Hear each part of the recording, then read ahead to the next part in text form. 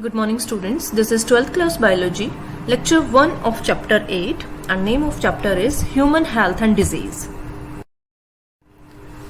Topics to be discussed in this lecture are meaning of health and disease, importance of good health, types of disease, bacterial disease, viral diseases and protozoal diseases. So first of all, what is health? Health does not simply mean absence of disease or physical fitness. Means when we see that somebody is not having any disease or he or she is physically fit, can we say that he or she is healthy?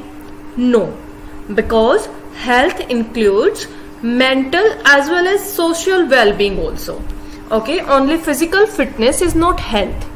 In broad term, health includes mental and social health as well. So we can say that health is a state of complete physical, mental and social well-being. So if any person is physically fit, he or she is disease free and mentally fit as well as socially well-being. Only then we can say he or she is healthy. After that, these are some factors by which health is affected. Okay, so health is affected by genetic disorders. These genetic disorders can be deficiencies with which a child is born or the defects which the child inherits from the parents. Right? So the disorders inherited from the parents are called genetic disorders. So health is affected by those. Second thing, infections. How many times anybody get infected by some pathogen, by some bacteria, virus. Okay, so any kind of infection affect the health. Third thing is change in lifestyle. Your lifestyle, that which type of food you are taking, water you are taking, then rest also. Okay, if you are taking proper rest or not, then your daily exercise and other habits, okay, like smoking, drinking. Okay, so all these things are part of your lifestyle and all these affect the health. How to achieve and maintain good health? So good health can be maintained by taking balanced diet in which all the nutrients are present in proper amount, and maintaining personal hygiene. Next is regular exercise and yoga. So yoga is a very important exercise for the physical as well as mental health. Some other things which are responsible for achieving a good health are awareness about disease, means what are the vectors for the disease and how a disease can be transmitted. Okay, that kind of awareness about the disease, and also the effect of that disease on the body functions, means how the disease can affect our body. So that awareness is important for achieving a good health. Then vaccination, that can be given in the form of oral pills or in the form of injections. Okay, so with the help of vaccination, our immune system enhances its response against the pathogen of the disease. So immune system response can be enhanced by immunization or vaccination. Then proper disposal of waste, because these can be responsible for the transmission of different diseases. Also control of vectors, especially mosquitoes and house flies, which are vectors for many diseases, which carry many microorganisms which act like pathogens.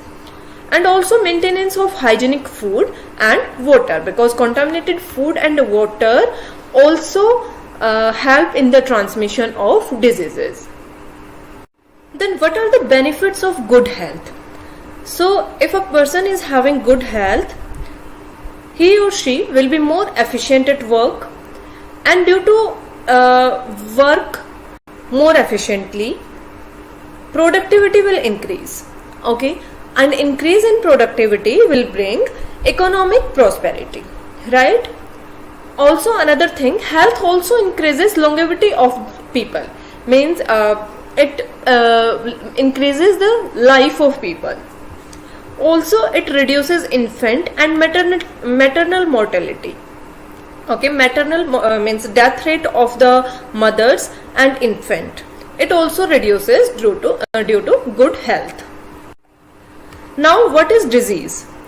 When the functioning of one or more organs or system of the body is adversely affected.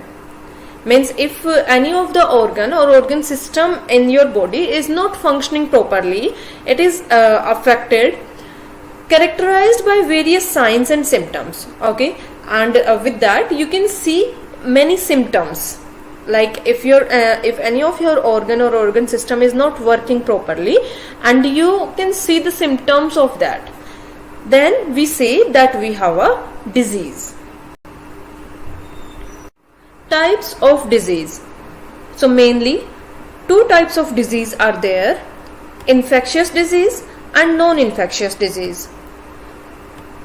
Disease which are easily transmitted from one person to another are called infectious disease, right?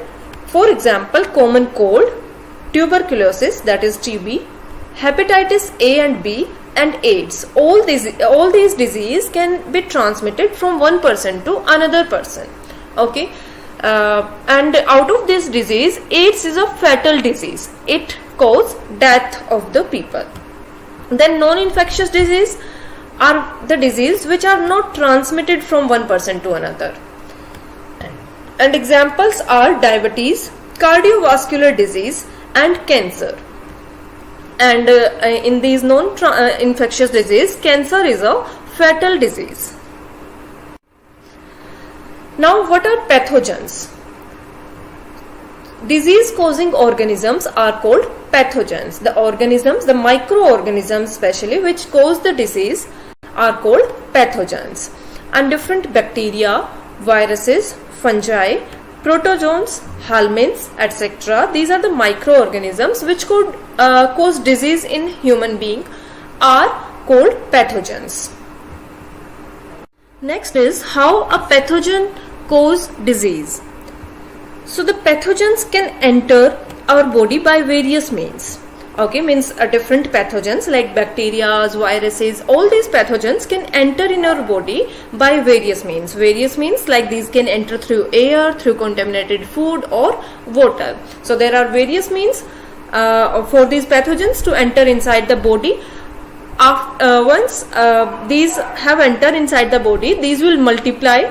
Okay, means by reproduction these will multiply, and when their number increases, these start interfering with the normal vital activities.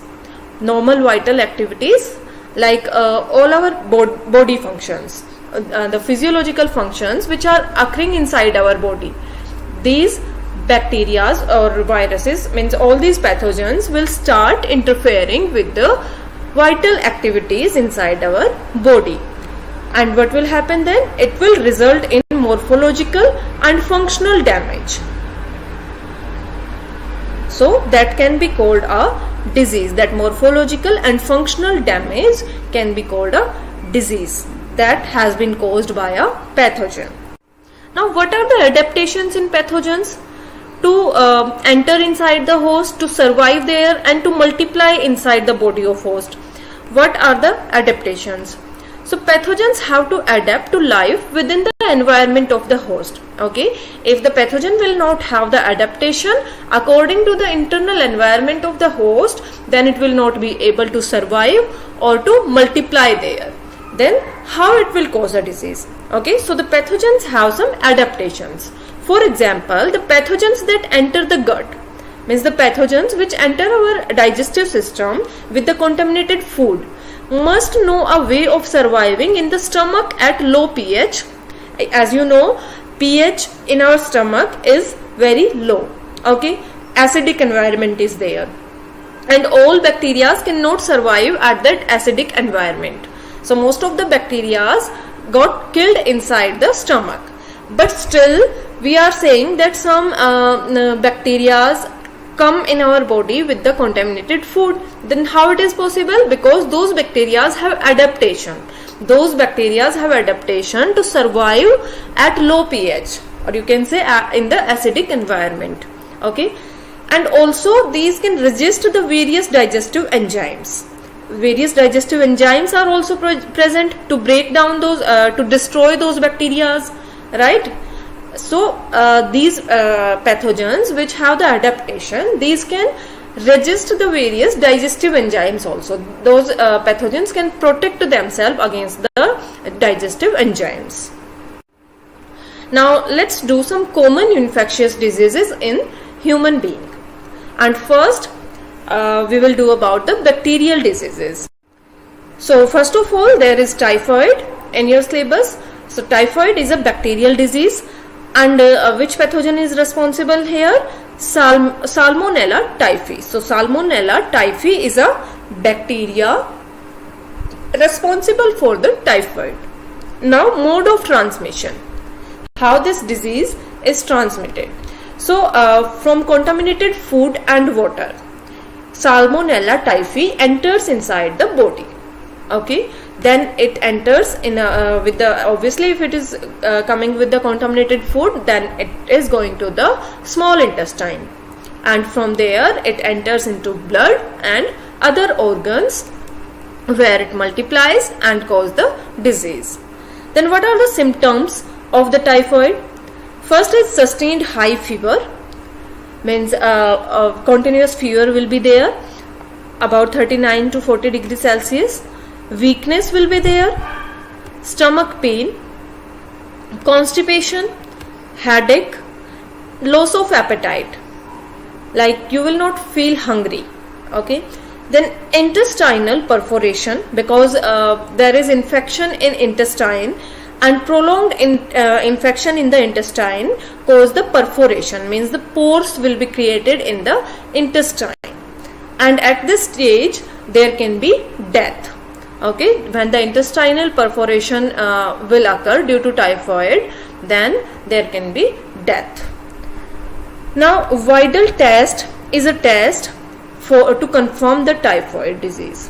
Okay, it is a confirmatory test for the typhoid.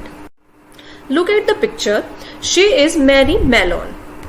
She was a cook and she spreaded typhoid disease for many years through the food she prepared.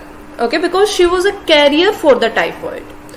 She was warned by the government of America that she should means quit from this profession of the cooking, but still she continued it, and 51 people got infected due to the food prepared by her, and out of those 3 died. After that she was isolated for 26 years up to her death. Next bacterial disease in your syllabus is pneumonia, and pathogen for pneumonia is Streptococcus pneumonia and Haemophilus influenza. So these are the pathogen for these bacteria are responsible for pneumonia. Mode of transmission, so pneumonia can be transmitted by inhaling droplets or aerosols released by an infected person, like when any infected person sneeze or cough, then the particles from the infected person sneeze or the cough can come in contact with the uninfected person, with the non-infected person. Okay, and that can cause the pneumonia. Also the sharing glasses and other utensils with an infected person can cause pneumonia. Now symptoms of pneumonia are fluid filled lung alveoli. So here the alveoli of the lung got filled with the fluid. Okay, and due to the fluid filled alveoli there will be difficulty in the respiration. So there will be respiratory problem. Other symptoms are fever, chills, cough, headache. These are some other symptoms of the pneumonia. And in severe cases, lips and fingernails turn grey to bluish in color. Now these are names of some other common bacterial diseases. Like disease is dysentery, and the pathogen responsible for it is Shigella sap. And how it is transmitted? It is transmitted by the direct contact, contaminated food and water. Then plague is a bacterial disease, and pathogen responsible for it is Pasteurella pestis, and it transmitted by rat flies. Then diphtheria is also a bacterial disease which is caused by the bacteria Corynebacterium diphtheria.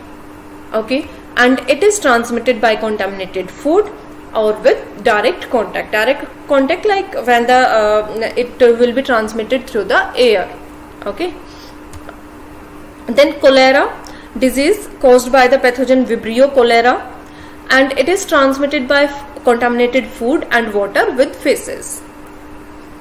Tuberculosis is caused by pathogen Mycobacterium tuberculosis, and it is transmitted by droplets from the patient or carrier. Now next type of diseases are viral diseases, and first is common cold, and the pathogen responsible for common cold is rhinoviruses. Then how it is transmitted? It is transmitted by inhaling droplets resulting from the cough or sneezes, right? So through the contaminated objects it can be transmitted, like if any infected person is writing with a pen, okay, and this pen is in contact with the infected person, okay, and the same pen if the non-infected person is using that, this disease can be transmitted. Common cold, you know how it is transmitted. So objects can transmit common cold. Also infects nose and respiratory tract. So common cold infects nose and respiratory tract. What are the symptoms of common cold? Nasal congestion and discharge, right? There will be cough, sore throat, hoarseness, means voice becomes very harsh, also fever, headache and tiredness. You feel very tired, etc. Now because it's caused by rhinoviruses, and rhinoviruses have a life cycle of 3 to 7 days. So after this common cold lasts for 3 to 7 days. These are some other common viral diseases. Like disease is rabies, and it is transmitted due to biting of the rabid dogs, means the dogs having the rabies, when bites a person, this disease is transmitted, and the pathogen responsible is rabies virus. Then dengue fever, the pathogen responsible for the dengue fever is dengue virus, okay, and how it is transmitted? The vector which is responsible is mosquito, and what is the name of mosquito? Aedes mosquito is responsible for dengue virus transmission. Now influenza is spreaded by influenza virus, and it is transmitted due to coughing and sneezing of the infected person. Measles is a viral disease caused by Rubella virus, and it is transmitted by the droplets. Then mumps is also a viral disease caused by mumps virus, and it is transmitted by airborne droplets. Then chickenpox is caused by varicella zoster, and it is transmitted by airborne droplets. Then smallpox, which is not common these days, okay, it is caused by variola virus, and it is transmitted by direct contact. And then polio is caused by polio virus, and it is transmitted by feces and air. It is also not common because vaccination is done for it. Then chikungunya is caused by chick virus, and the vector for it is Aedes mosquito, okay, the same mosquito that is responsible for dengue. So you can note down this thing. Aedes mosquito is a vector for 2 diseases.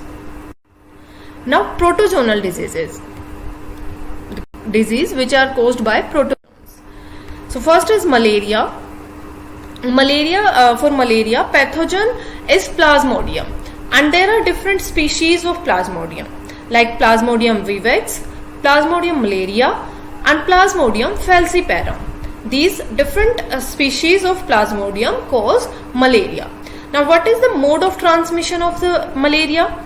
It is transmitted by a vector that is mosquito. Okay, mosquito is the vector for malaria disease. And what is the name of that mosquito? Anopheles mosquito. Then what are the symptoms of malaria? Hemozoin causes chill. I will tell about this hemozoin, that what is this. It is produced by the Plasmodium, and that is the pathogen for the malaria, okay, inside the body. And due to this hemozoin, there are chills and high fever in malaria. Okay, so high fever reoccur every 3 to 4 days. This is life cycle of Plasmodium, means pathogen of malaria. And this Plasmodium completes its life cycle in 2 hosts. There are 2 hosts for the Plasmodium. One is mosquito and one is human. Okay, so in mosquito, it completes its sexual reproduction, its sexual life, and in human, it reproduces asexually and completes its asexual life cycle. Okay, so there are 2 stages, sexual stage and asexual stage, and there are 2 hosts in which it is completed. So complete life cycle can be divided like this: the sexual stage in the mosquito and the asexual stage in human, right? So when a mosquito, means female Anopheles mosquito, bite a healthy person, okay, you know, mosquito is the host, is the vector for the Plasmodium, right? So when a Anopheles mosquito bites a healthy person, this Plasmodium enters inside the blood of that person, right? And this Plasmodium is entering in the form of sporozoite. Okay, there are different life stages of the Plasmodium, and at which stage it is entering inside the human body? It is entering at the stage of sporozoite. So the sporozoite form of the Plasmodium enters inside the blood of human when a mosquito bites. Okay, now from the blood, this sporozoite reach to the liver. Okay, here you can see this is liver of the human, and the sporozoites have reached here into the liver. Now inside the liver, this parasite will reproduce, okay, and it will reproduce asexually. So asexual reproduction occurs here inside the liver, and when the number increases inside the liver cells, these liver cells will burst and parasites will be released in the blood, right? So liver cells have been burst here. You can see here these are liver cells, and here the number is increasing, parasite number is increasing, and the number has when the number has increased, this liver cell has burst here. Okay, and all these parasites have been released in the blood. Now inside the blood, these parasites enters in the RBCs. Okay, so these are RBCs. So these parasites enter inside the RBCs and again start increasing their number. Okay, and also again they will reproduce asexually here. So inside the liver cell as well as inside the RBCs, these parasites are reproducing asexually, right? Now what happens when their number increases inside the RBCs? RBCs also get burst, right? And these parasites are using hemoglobin which is present inside the RBCs. You know, hemoglobin is present inside the RBCs. So these parasites are using hemoglobin as their food inside the RBCs, and also converting some of the hemoglobin into hemozoin form. Okay, so you can say that hemozoin is a type of chemical. Okay, now when the RBCs burst, that hemozoin also get released. Okay, and that hemozoin is responsible for the symptoms of malaria. And what are symptoms of malaria? Chills and fever. So for the chills and fever, hemozoin is responsible, right? And what is this hemozoin? It is produced by the parasites inside the RBCs using hemoglobin, right? Which is responsible for the symptoms of malaria. So now you see that at this stage, symptoms of malaria can be seen when the RBCs burst. right? Now inside the RBCs, gametocytes also get formed. Okay, this parasite forms gametocytes inside the RBCs, and these gametocytes are of two types. So this is RBC, these are gametocytes are forming inside the RBC, and these gametocytes are of two types: female gametocyte, this one, and male gametocytes. Okay, so two types of gametocytes are formed here inside the RBCs.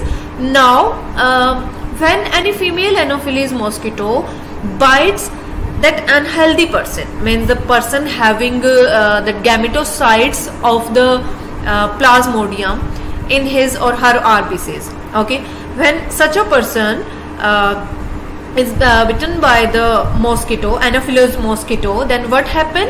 That these gametocytes enter inside the mosquito body.